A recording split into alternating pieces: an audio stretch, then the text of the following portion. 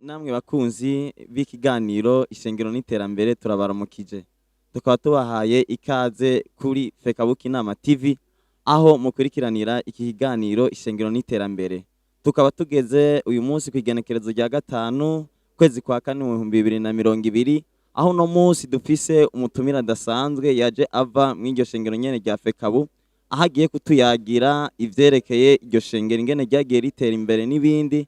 Reka tumuhe ikaze abidondore. Murakoze kuduha ikaze. Yesu nashimwe cyane.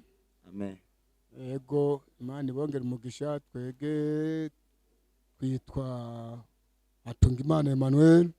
Wese yagire neza nari wo gupfa. Hanyuma rero nkabanda umujenama muri rishengero rya Fekabuki Inama. Okay, murakoze. Abatamuzi asanzwe yitwa no kwizina rya Mafirimbi rukururane ndazi beshi n'iryo mumuzi ko hama turaguha ikaze muri studio za Fekabuki Inama TV wisange. Hama ikibazo ca mbere ko niduteba dufise ibibazo byinshi dushaka kukubaza. Ishengero rya Fekabuki Inama ni ishengero rivugwa ko miki gihe ari ishengero riteye imbere cyane ariko inkuru yayo kera iravuga ko yari ishengero yo hasi cyane. Mbega mwoshobora kutubwira aho kera igitangura ingene yari imeze ishengero rya Fekabuki Inama? Murakoze kongera kuduha ijambo. Ego iri shengero rya Fekabuki Inama turizi ko vyinshi cyane.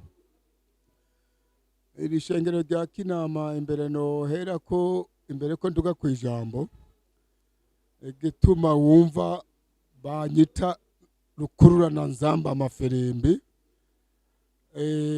Jewe ndi umunyonzi wabirya bikwegana. Rero nabitangiye mu 80 ndabisaziyemo ngwije imyaka 39 arivyo ntwara nkabankorera mu mahanga. Hanyuma rero nico gituma aho ngirijwe bace banyita rukururana kuko mu Kinyarwanda bavyita gukurura, twege abarundi twita gukwega, bo bavyita gukurura. Hanyuma igituma bashize ko nzamba amafirimbi iyo turiko turatazira ndakunda kuvuza inzamba nkavuza ifirimbi. Kubera iki nashimye gukoresha ivyo bikoresho, hariho n'ikindi gikoresho citwa piano yo kumunwa. Nasanze ngaha muri Fekabuki Inama hariho Imana. Kera ntarihana, nari umuntu atacamaze, nari umuntu w'umukene, nari umuntu nama ndi mu bibazo, nari umuntu nama ndi mu ngorane, nta mahoro nari mfise.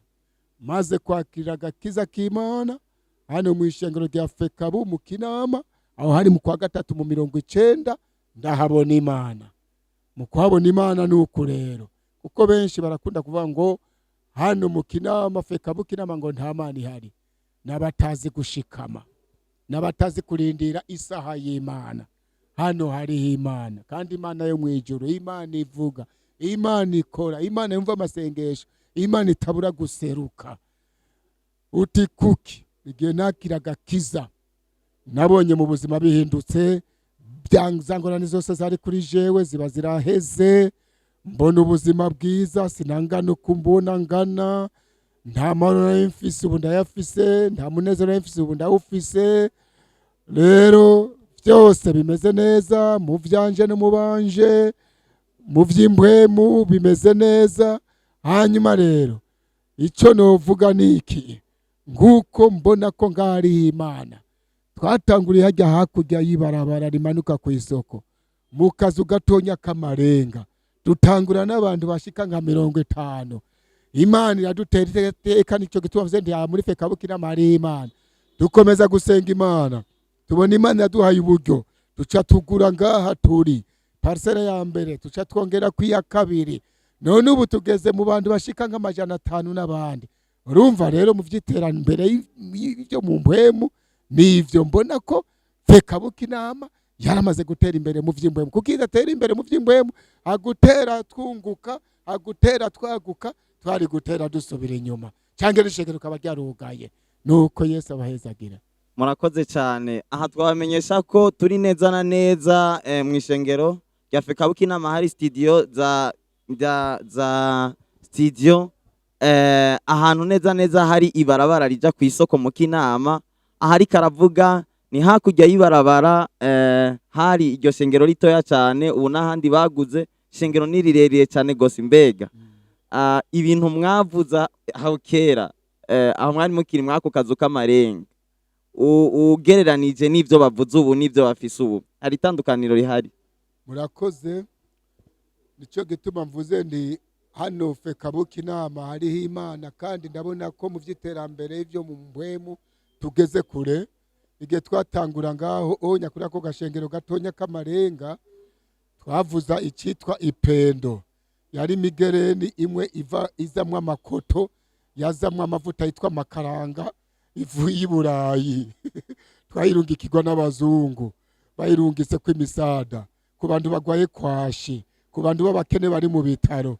Tukaja dufata iyo migereni twayikuyemo ayo mavuta, tugatobagura, tugashiramwo utuntu twitwa utuyeye cange amasaka cange amabuye, nivyo twavuza n'ingoma z'inshato, tukavyita rero umuziki kavukire. Mugabo ubu tufise ibikoresho vyavuye i Burayi, ibitari, ingoma z'ikizungu, piano. Nico gituma mvuze ndi kweri Imana yaduhezage ngaha muri Fekabuki Inama twarateye imbere mu vy'impwemu. Okay, murakoze cyane. Mbega imbere yo kurangiza, mwavuze yuko hariho abantu bavuga yuko muri Fekabuki Inama atamaniriho, mwobabwira iki mu kurangiza? Tubakebuye kutasubira kuvuga Imana nabi, kuko Imana kirazira kuyituka, kirazira kuyidodombera. Abavuga ko atamana ihari ni babandi byabananiye gushikama ngo bakizwe. Rero iyo uhagaze nguko Imana ivyifuza ukagenda nguko ivyifuza, uko biri kose bitebe bitebuke, igihe c'Imana kigeze irakwishura.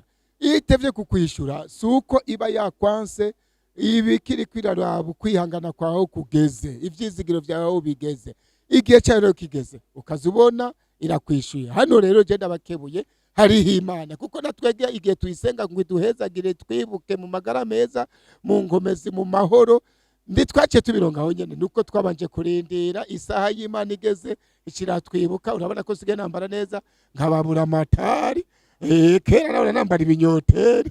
Cyo gituma mbwiye abahura bavuga nabi Imana nibareke kwivuga nabi, ahubwo nibarindira isaha yayo, igihe c'Imana nicagera izobibuka. Ahubwo n'abaduhevye n'abatuvuyemo ndabatumiriye, karibu murabe Fekabuki Inama ingene yateye imbere. Ego Imana ibahezagire. Kera ikindi naco nokongera ko kera nta n'amagari twari dufise twaparika imbere y'icengero, none imiduga turaparika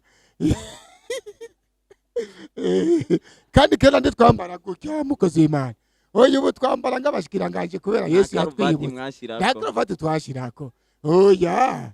Okay, murakoze cyane, turabashimiye. Twizere ko nitwasaba kuhamagara kugira mu tubwire ivyerekeye Fekabuki Inama muzotwitaba. Ego mbe tuzobitaba. Ego turabashimiye nshuti namwe bakunze mwariko mukurikirana ikiganiro ishengero n'iterambere, aha akaba ariho kigarukiye. Ni wabugikunze ushaka ko cyama kigushikira, fyonda like canke jeme, uzobwize neza. Yesu abahezagire. Amina.